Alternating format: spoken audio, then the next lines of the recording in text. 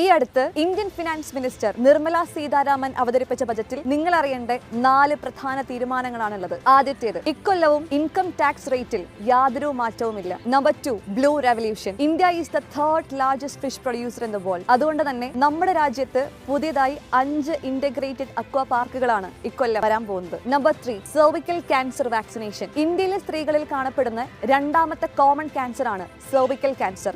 High income രാജ്യങ്ങളിൽ 63% സ്ത്രീകളാണ് cervical cancer സ്ക്രീനിങ്ങിന് വിധേയരാകപ്പെടുന്നതെങ്കിൽ ഇന്ത്യയിൽ അത് വെറും 2%. അതുകൊണ്ട് തന്നെ 9 മുതൽ 14 വയസ്സ് പ്രായമുള്ള പെൺകുട്ടികളെ വാക്സിനേറ്റഡ് ആക്കാൻ ഇന്ത്യൻ ഗവൺമെന്റ് ഈ ബജറ്റിലൂടെ മുൻകൈയെടുക്കുന്നു. Number 4, roof top solarisation. ഇന്നും ഇന്ത്യയിൽ 64 ലക്ഷം പേരാണ് വൈദ്യുതി ഇല്ലാതെ ജീവിക്കുന്നത്.